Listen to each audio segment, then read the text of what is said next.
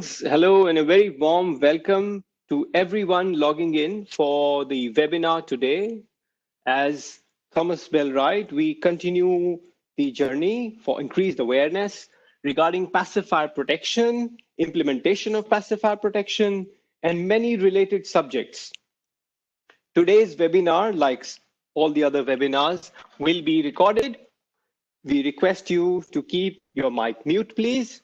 And this webinar is supported by SFPE UAE chapter. Attendees are eligible for one professional development hour point.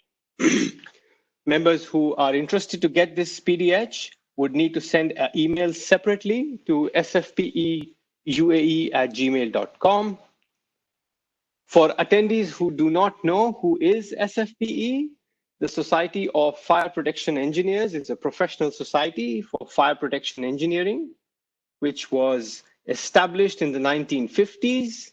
It has over 5,000 members across the world, and the UAE chapter is a not-for-profit affiliate chapter created in 2008 by a good friend, Shamim, who is back in the United States now. This chapter is currently led by Noura, who works for Jensen Hughes.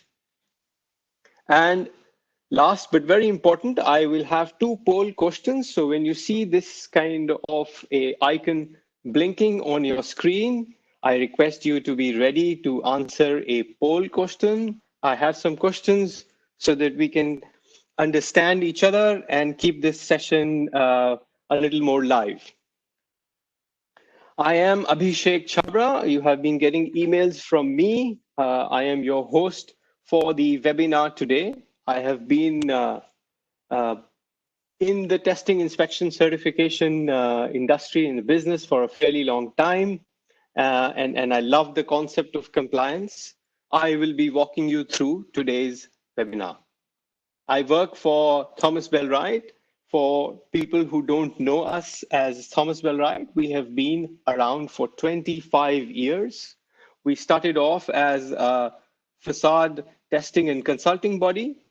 And a decade ago is when we expanded our foray into offering fire testing, starting off with fire resistance and reaction to fire using a furnace, a 3x3, and a Steiner tunnel. Over the years, we have been expanding our services as well as equipment. We currently have 4 working furnaces, 2 large load-bearing furnaces, 4 meters by 5 meters in our facility, a horizontal and a vertical.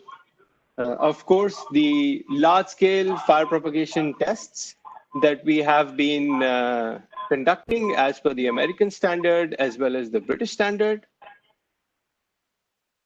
We also have a slew of reaction to fire test equipment as per the European version of the standards.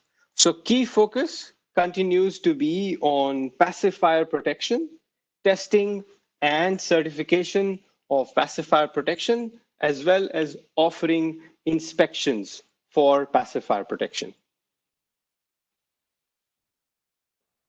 Some of you may have attended the previous webinars when I was talking about passive fire protection and the 3 key areas of passive fire protection, which is containment, limitation of ignition and spread of fire and flame, and of course, structural fire protection.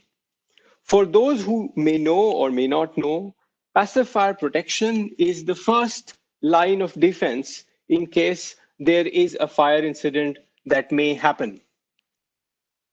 Passive fire protection acts and behaves much before any active fire protection system like smoke detectors or alarm systems can even come into action, because it is the inherent property of materials which ensures that fires, if they do happen, are contained, which brings us to the most important part of passive fire protection, which is containment of fire.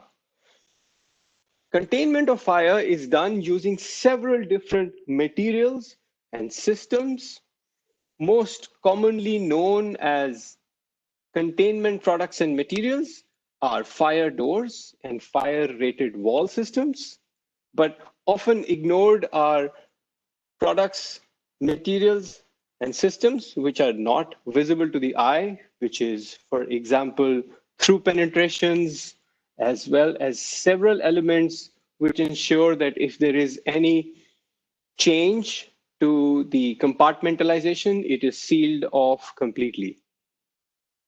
We must know and understand that passive fire protection is brought about using materials that are often manufactured in factories. And to understand passive fire protection completely, we must understand the supply chain of how these products are produced and till the time that they are used, that we will talk about in the subsequent slides. Another equally important aspect of passive fire protection is the limitation of ignition and spread of fire. A lot of times we do not realize carpets, interior finishing materials, wall finishings, even curtains can not only add to the fire load, but can also act as materials that initiate as well as very quickly spread fire. Several types of occupancies in building codes limit and define the flame spread characteristics, smoke develop characteristics, as well as even the ignition temperature as limits of materials where they are used specifically. A very key part of passive fire protection is also structural fire protection. Some of the people are aware, but this part of passive fire protection became very evident and known, and it was much talked about after the big 9/11 tragedy that happened in the United States, because it was a big event where the structure of the World Trade Centers collapsed because the structure could not sustain very high temperatures. So it is this sustenance of high temperatures that in order to enable the structural elements of buildings, whether they are columns or beams or several other parts, they are coated with the likes of intumescents and other chemicals that enhance the structural strength throughout the course of the time that they are facing a fire. So how do these materials face fire, contain fire, and limit the spread of fire? Where are these materials coming from? They are manufactured in factories. And as much as we would want the factories to have these products manufactured in a completely automated way, they may not always be so. I'll take an example of this video that you can see from a company, Robert Berkeley, which I found on YouTube. They are manufacturers of machinery that help people mass produce doors. Now, as much as we would like this level of precision that can potentially bring about repeatability of production of fire doors, this may not always be possible. And even if we do have a very high level of automation, there is always intervention of people that is required, and several deviations are possible. Let's be more practical and understand that when we are not ordering thousands of doors at a single sway and manufacturing them in factories, fire doors and doors are actually manufactured manually or put together manually. The pictures should not confuse you. I am not at all in trying to say that if a fire door is manufactured manually, it will not perform. It will. But when a manufacturer brings about a product, manually or otherwise, it does require a fair amount of overseeing. It requires a very, very robust quality procedure, and a very, very large number of manufacturers all around the world have an extremely good quality procedures that allow them this repeatability. But how do these manufacturers and suppliers showcase that they have these processes in place. A very good, well-established methodology is certification and listing. Certification and listing is a tool which allows manufacturers to demonstrate that they have a very, very good, a very, very robust mechanism which has been audited, third party, and the assurance of repeatability of their performance of their products is showcased. How do certification bodies bring about this assurance? A lot of you would already be familiar with certification and listing as a process, but there are so many things that manufacturers need to do that are wrong. I am sure many of you would remember the days when you or a few of your colleagues reported sick to work. How does a manufacturing premises live up to key people who are important for ensuring repeatability of performance, of production of products, continue to work if 2 or 3 people are on sick leave? And that's where processes come in place, that how people are trained, how alternate people who work in the factories, fitters, can perform up to exactly the same expectations. The certification process audits all these mechanisms. It starts right from auditing a factory or a manufacturer and witnessing the production of a set of samples or a single sample and marking these samples for testing. Once the test results is able to demonstrate that the processes followed were correct and could result in a product that is complying to the expectations could be fire resistance, the expectations could be fire propagation, and it could be any of the several properties that the product supplier is getting third-party certification and listing. But the certification body goes on to inspect the factory regularly. It inspects all the key tools that manufacturers have to measure repeatability of production.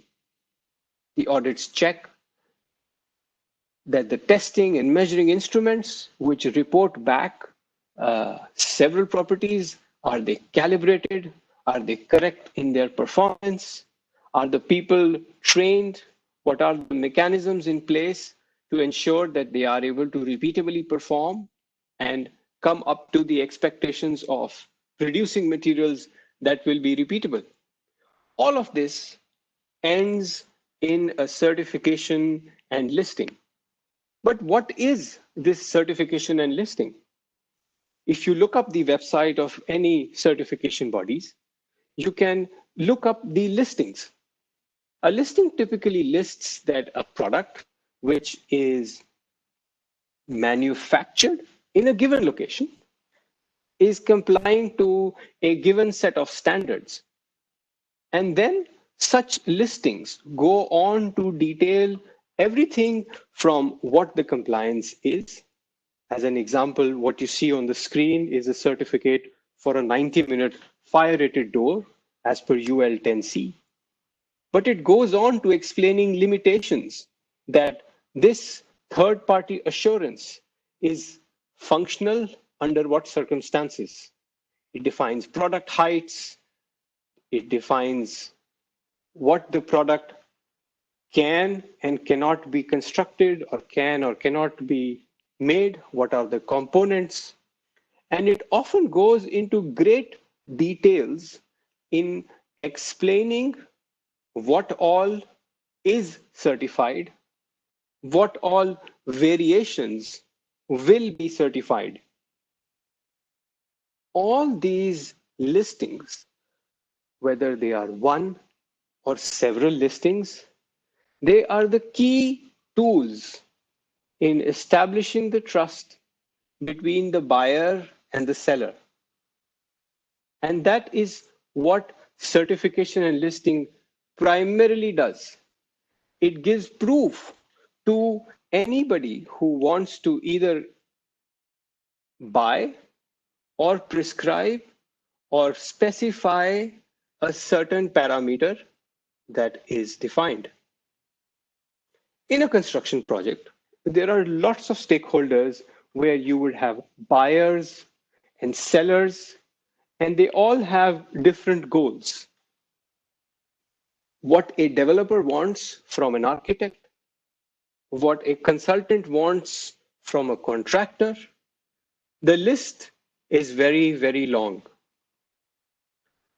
Two stakeholders are important when we are talking specifically about passive fire protection.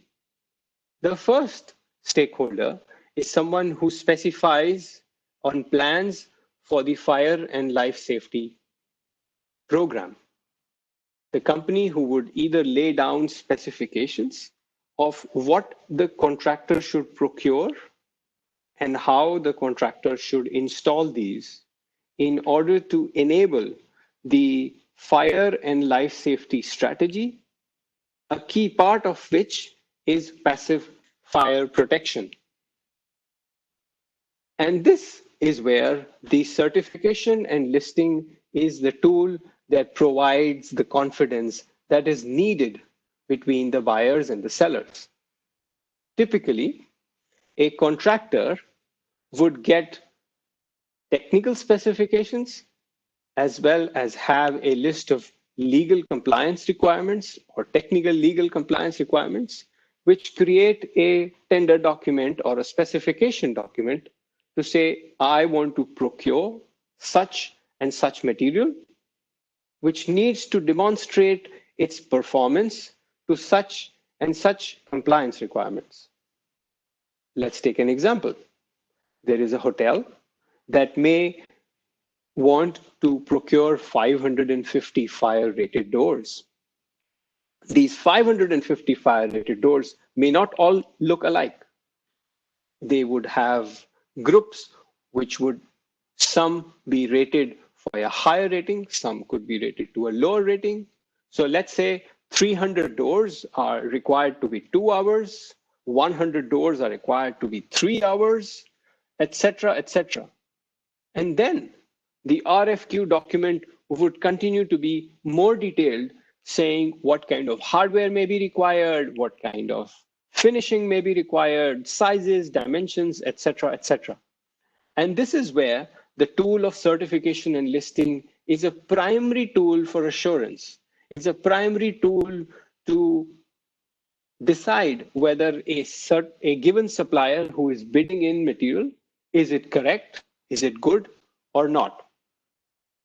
Often enough, as explained in past webinars as well, certification bodies can extend the scope of listings by adding in varieties, extensions of what the manufacturer thinks or what the manufacturer is claiming to be covered under their warranties of performance.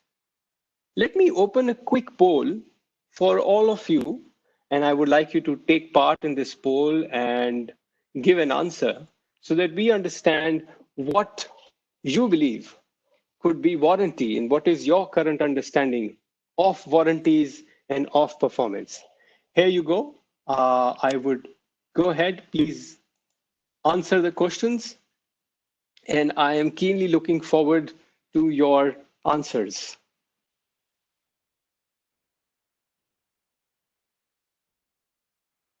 As certification and listing is defined and detailed in the current slides, your answers will help me establish and bring about a point which some of you already understand very well, which is what is covered in a certification and listing.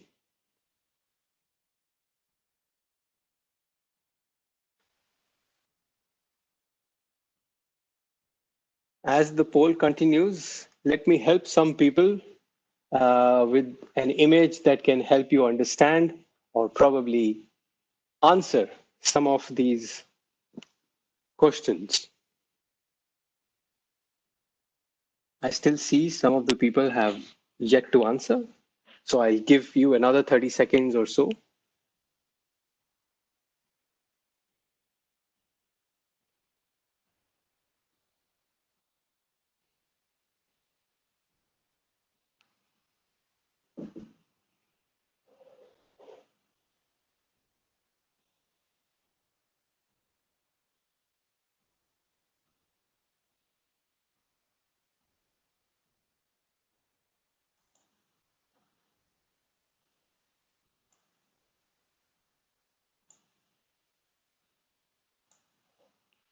So I believe you should be able to see the result of the polls on the screen.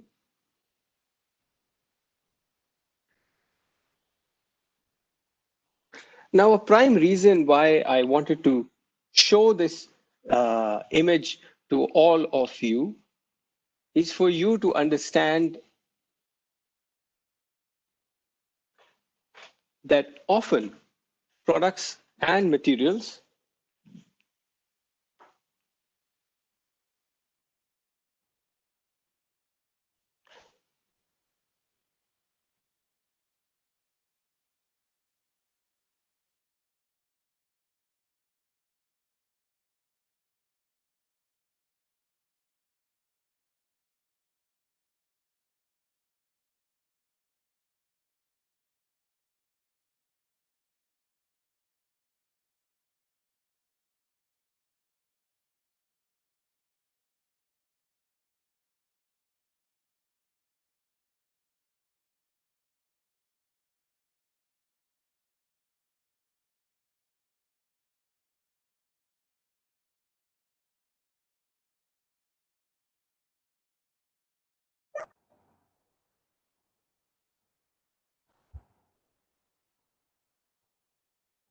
Hi everyone. Sorry for this. Abhishek will be back soon.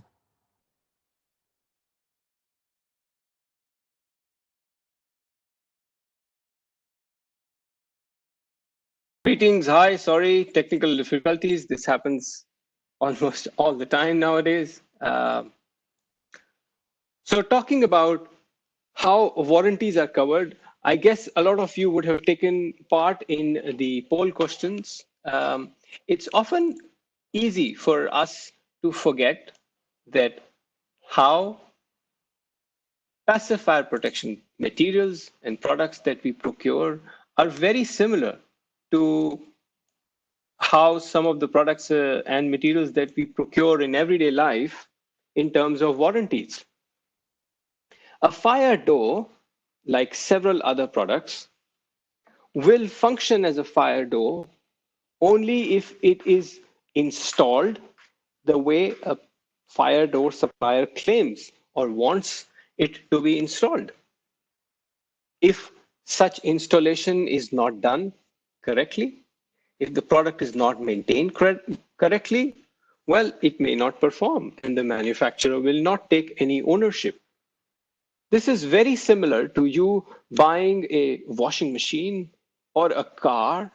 And I'm sure many of you would often buy a AMC or an annual maintenance program, or sometimes even buy extended warranties. Because hey, if you are buying a washing machine or a dishwasher, you don't want to be in a situation where one fine day the product does not perform. While you can live with your clothes not getting washed in a washing machine for a given day, but if a fire door does not perform on that one given day when it was supposed to perform, I don't think the results are acceptable. So it's important for you, before we jump into the next slides, is to imagine and understand that a very large group of products, materials that we buy in order to implement the fire and life safety strategy of a building, of a given occupancy, they all need care. They all have to be backed by certain warranties. Let's look at a typical installation of a fire door. As you would understand, that there are several steps that are required to be in place before any of the many fire and life safety instilling products and materials are put in place. Talking specifically about fire doors, there are lots of skills that are required, often training, which is given either by manufacturers or contractors, and the list goes on and on. Now, while this video is really, really nice, what happens on the ground practically may not always be the case. Some of the photographs and scenes that we have seen when we are inspecting fire doors to be installed, though the images on the right are not of fire doors. The images are just to bring about what actual construction sites may really look like sometimes. And this is really, really unfortunate. Now, many manufacturers of fire doors and other products rely heavily on their own innovations. Manufacturers often trying to beat each other in making better products that can be bought or sold more easily, may have specific functions, specific features built in to bring about, let's say, passive fire protection. A fire door manufacturer, for example, could have a unique material put in some part of the door. And if the installer does not know where this is and how it is supposed to be installed, he may end up damaging some of the key parts or key components of the fire door and leaving the fire door functionless. So it is really important that we not just procure a fire door or procure a passive fire protection product, but understand the full life cycle of it. As I said, in the procurement cycle, while the manufacturer of a product is able to provide a certification and a listing with, of course, limitations, the contractor can procure these products very, very well, cross-reference it, and check it with the specifications, with the code compliance requirements, but you still always need a specialist, an independent inspection body, an independent company who verifies that what has been specified is what is received at the construction site, as well as go on to continue an understanding that what is installed, is it installed as per the manufacturer's instructions? Is it still covered in the warranties, etc., etc.? Let's look at some of the types of installation and think of what all can go wrong. Structural fire protection. A chemical manufacturer sitting in a factory in Germany or France or Hong Kong or Singapore, their role is to repeatably produce a compound, a chemical compound, which will bring about specific behavior when installed on specific substrates in a specific ambient environment. So if you have a intumescent coating, which is meant for concrete surfaces, and this intumescent coating is installed on a GI column or a GI structure, I am pretty sure you will agree that this may not always perform. If it is installed or if the applicator is sitting in an environment which has very, very high humidity, which voids the guarantee of performance, then it is not the fault of the manufacturer who said that this will not function if installed incorrectly. The same logic continues on many aspects of implementing passive fire protection. Partition walls, ceilings, there are several installations which may not always be visible. A very common example is through penetrations. We all know and understand that each occupancy type, each building needs to breathe and communicate with the external world. This is done through HVAC conduits, through water pipes, electricity pipes. The list goes on.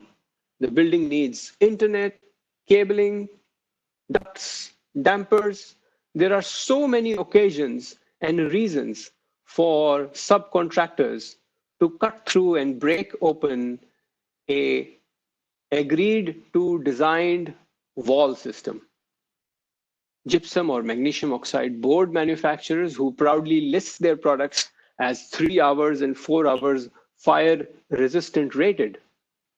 Their trust, their belief that the wall system will be 3 hours fire rated is based on the same being installed correctly and not being cut open.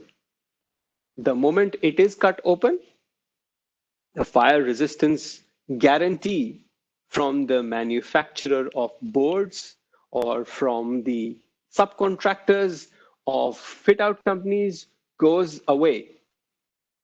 So it is important to understand that whatever the occupancy type, who is in the need of fire and life safety strategy to work, and then accordingly ensure that the fire and life safety strategy is maintained by ensuring that correct installation is done, and often in many cases there is maintenance that is done for passive fire protection. The list goes on. There is fire stopping, etc., etc. Here are the images which just summarize some of the areas where installation and often even maintenance of passive fire protection is extremely critical.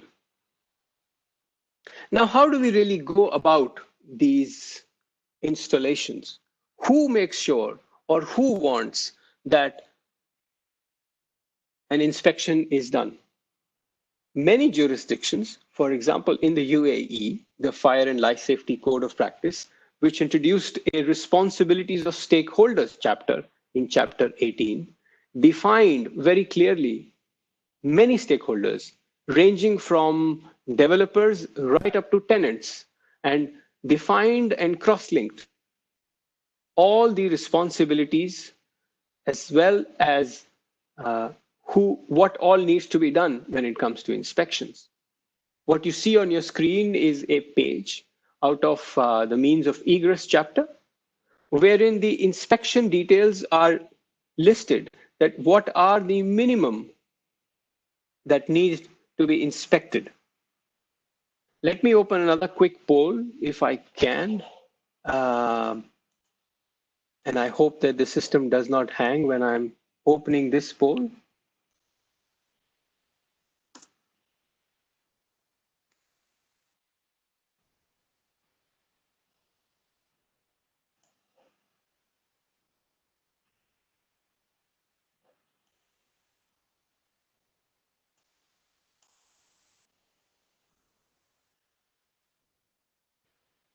So I'm going to open a poll, hopefully a quick one, for me to get a better understanding of where you think and where I think you know what is pacifier, what is not pacifier, and who should be held liable before I move into a section talking about responsibilities as well as liabilities of stakeholders.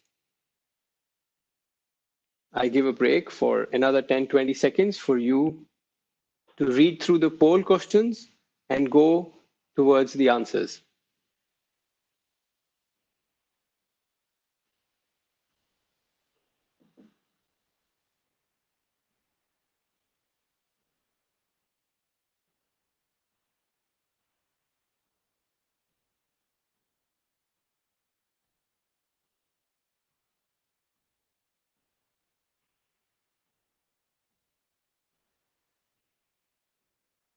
Meanwhile, I urge everyone, if there is anybody who wants to have a question answered at the end of the webinar, you can feel free to write the questions in the chat box, which is available to all of you. The chat box is reachable by opening three dots or something next to the mic or the video button that you can see on your screens.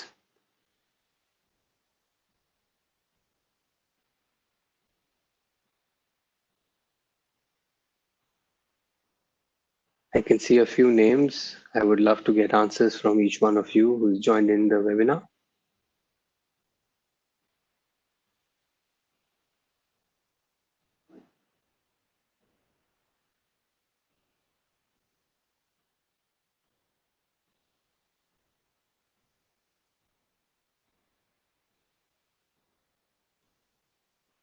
So who brings about the need for inspections? There are three key elements which drive the need for inspections. There is a legal requirement, there is a contractual requirement, and sometimes there are even functional requirements. On your screen, you would see what I'm referring to as a legal requirement in the UAE, the UAE Fire and Life Safety Code of Practice, a document which was converted into a legal document when the minister signed the Decree 213, enabling and empowering the civil defense to implement and take action against various stakeholders listed in the responsibilities chapters in case they do not comply to their responsibility. This is a clear path on how a code forms a legal requirement and enables and mandates inspections. It is important to know and understand that who does the inspections might be written in the responsibilities section of the code, but there is always an additional requirement or an additional tool available, which is called a contract, which means a subcontractor may be listed as someone who is responsible and liable for bringing about and maintaining a fire-rated door or hundreds of fire-rated doors that they have installed. But if they enter into a contract with the manufacturer saying it is a contractual obligation that the manufacturer of the fire-rated door will ensure the functionality of the fire-rated door till the next 5 or 10 or 20 years, such a contract enables and helps the subcontractor to pass on their responsibility and liability to another commercial entity by virtue of a contract. I'm showing a picture which was shared to me by some people from Assa Abloy here. And there are several manufacturers who are clubbing in the functional aspect of the products that they sell, for example, fire doors, because there are products which require maintenance, right from hinges to locks, and with more and more electronic locks and functionalities that may require change of batteries, etc. There is a functional requirement for maintenance that calls for inspection and maintenance. So how do we really bring about these inspections and maintenance? Are there any published standards or guides? Well, there are several. Fire-rated doors, for example, the NFPA 80 as a standard is known fairly well among the fire doors community in the world. This standard goes on to detail many aspects of installation and maintenance across several types or several groups of products of fire doors. But mind you, all these requirements in codes, they always start with explaining that the key and the primary company that can tell you how to install their door is that company. Manufacturers are considered as the primary source of installation guides, and several international standards like the NFPA 80 start by defining these requirements, pointing towards manufacturers who need to live up to their promise of performance and who need to live up to the warranties and guarantees that they may extend while supplying products that will bring about passive fire protection. There are several other passive fire materials that need to be inspected. I will share two such more standards, the ASTM E2393. This is a standard which has been recently revised in 2020. And it is a standard which guides on how the inspection of fire resistive joint systems and perimeter fire barriers can be done effectively. It is a great standard which provides a basic and a key guideline that is required when codes, standards, and contracts bring about a legal requirement, a contractual requirement to ensure performance of specific pacifier elements like fire resistant joints and perimeter fire barriers. In the same flow, there's another ASTM standard, which is for installed fire stop systems. This is an extremely important standard because the most intruded or broken down systems are wall systems, because it is very common for buildings and several different types of occupancies to have changing requirements of through penetrations. It is very common that a new system needs to be installed, a new product needs to be installed, the HVAC ducting needs to be replaced, the electrical ducting system needs to be replaced, and the list goes on and on. It is the most broken system, which is the fire-rated wall, in order to keep the life of a building continuous. So for any and every building owner, FM company, to make sure that the performance which they are expected to demonstrate for fire resistance, for compartmentalization, for assurance that this performance will continue to be, you need a third-party inspection body who can match up what the installers of fire-stopping materials claim that their fire-stopping material will function on. As an example, you could have a fire-stopping material which is manufactured and proven for HVAC ducts, specifically defined GI ducts. But if the same fire-stopping material is used to fire-stop a cabling system, which could be a PVC or a CPVC pipe, it may not really perform. The list goes on and on. But how do you assure and check that whether people know these standards or are complying to what these guides teach about? The third-party inspectors or the third-party mechanisms are always controlled by accreditation. There are published standards like ISO 17 or 20, which guide third-party bodies, inspectors, to come up with not only routines on how inspection should be performed and how inspectors need to be trained, but there are audits that are done for these third-party inspectors and inspection bodies on routines that they would write. As you can see on the screen, this is the accreditation of Thomas Bell-Wright, where we not only have a routine based on the ASTM or the NFPA standards, but we have our own internal procedures that have been written, keeping in mind the code requirements which are prevalent and required in the region. So a third-party inspection body, hence, needs to be audited, and there has to be someone above checking whether the inspectors are qualified, the inspectors are trained, and they actually understand and distinguish between different suppliers and how their guarantees and warranties will operate or not operate. As I come towards the end of my webinar today, I want to bring about this slide, which is very, very important to understand.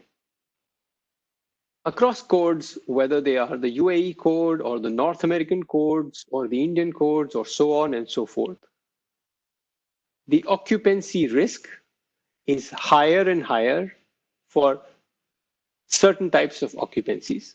And as the occupancy risk increases, the mandatory compliance requirements become more and more stringent.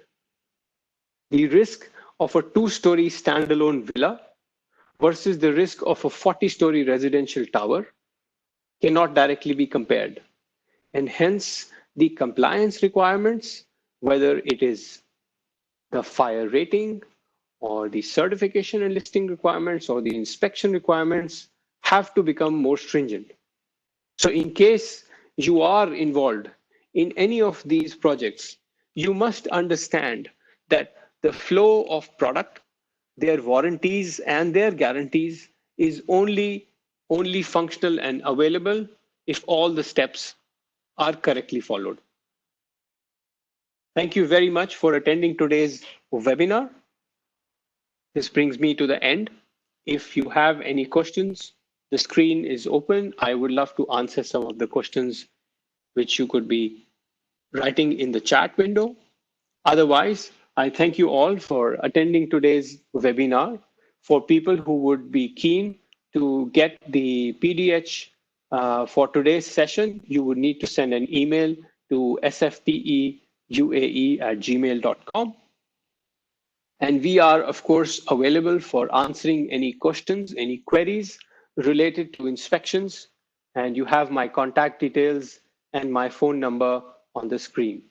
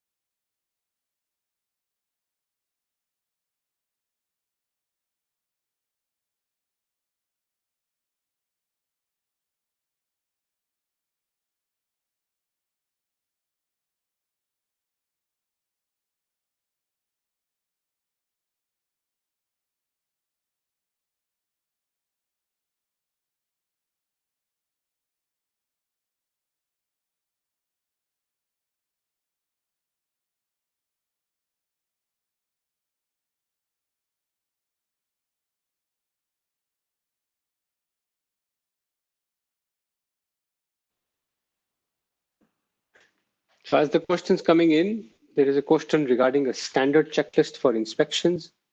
Uh, well, there are lots of checklists for inspections. Uh, it depends on the jurisdiction.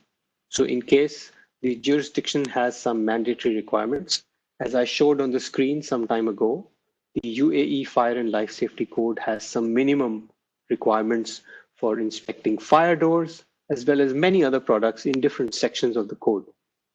These checklists usually originate from the AHJ, but in lack of any such AHJ, we and many other inspection bodies roll back to international standards and guides. For example, for fire doors, we are talking of NFPA 80, as well as I displayed two of the ASTM standards, which talk about inspection requirements for fire stopping, perimeter fire barriers, etc.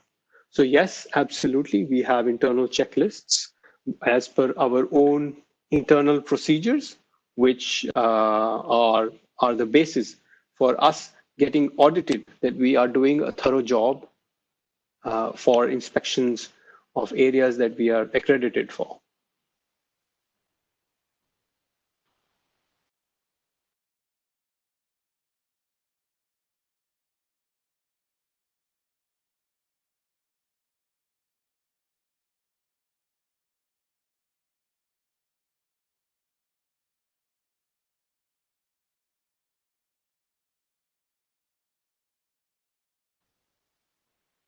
For the benefit of everyone, let me name some of the standards that are known. The ISO standard 17 or 25 is a standard that is used to audit and bring at par testing laboratories and calibration bodies. A standard ISO 17 or 65 is a standard that is used to bring about and audit certification bodies on ensuring that certification bodies are being independent, impartial, and are following the minimum guidelines on how certification bodies can bring about assurance between buyer and seller for their products. The ISO standard ISO 17020 is a standard which is used to audit inspection bodies, bodies who have been able to demonstrate capability of inspectors as well as capabilities of organizations to have the procedures and checklists for offering inspections. In the same flow, you have an ISO 17024. It is a standard for auditing and bringing about special skills or skill sets of individuals. These skill sets could be related to inspection. These skill sets could be related to installation, etc. The list can go on. I thank you all for attending the webinar today. Let me see, I have another question coming in talking about labels.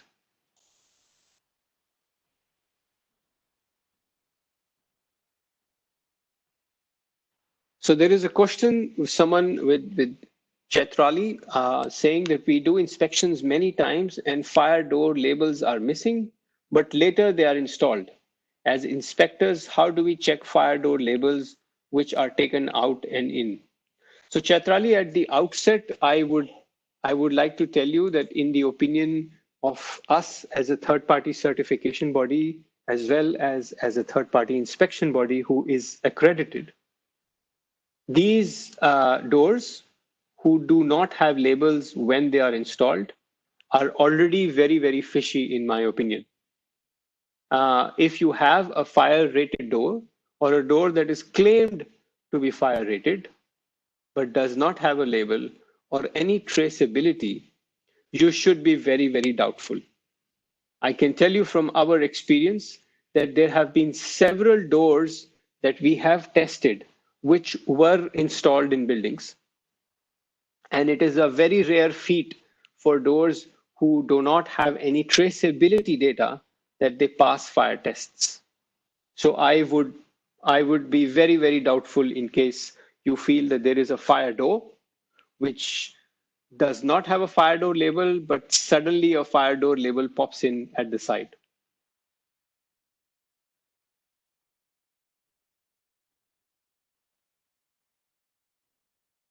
Thank you, Craig.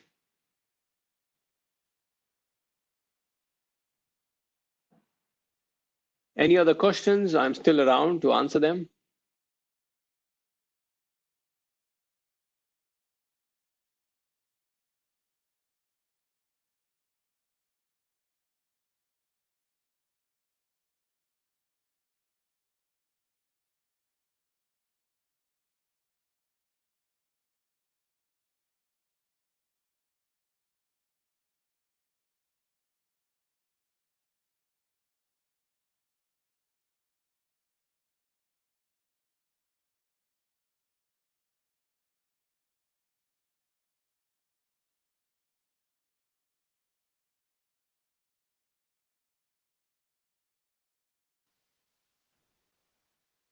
Again, answering questions about existing structures, gypsum wall, this can be a little more tricky as against inspecting installed fire doors, because while fire doors can be removed relatively easily, an installed wall system is not necessarily removable.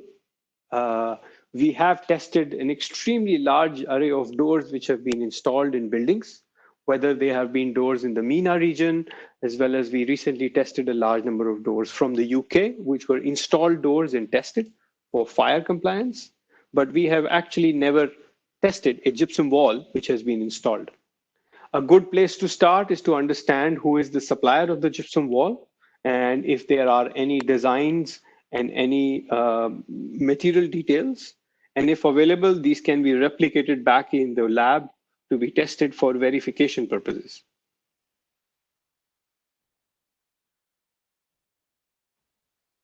I have a question from Sarvanan that if any fire testing at the installation site is possible. Of course, this is a very interesting question. We can do a test if the site is ready for a potential accident and a big fire. It can happen.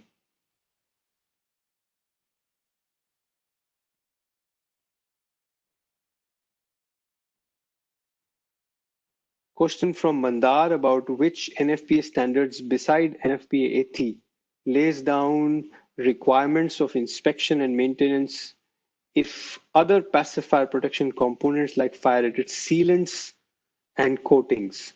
So Mandar, I'm not sure if you're talking about doors or otherwise, but yes, there are several standards, and often the requirements can be put in place or are put in place by contractors or by minimum requirements put in place and defined by the applicable fire codes.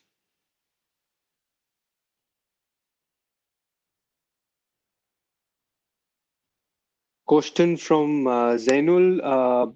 Smoke door testing done in our lab. Zainul, we do fire and smoke doors, but we have never really tested a door only for smoke.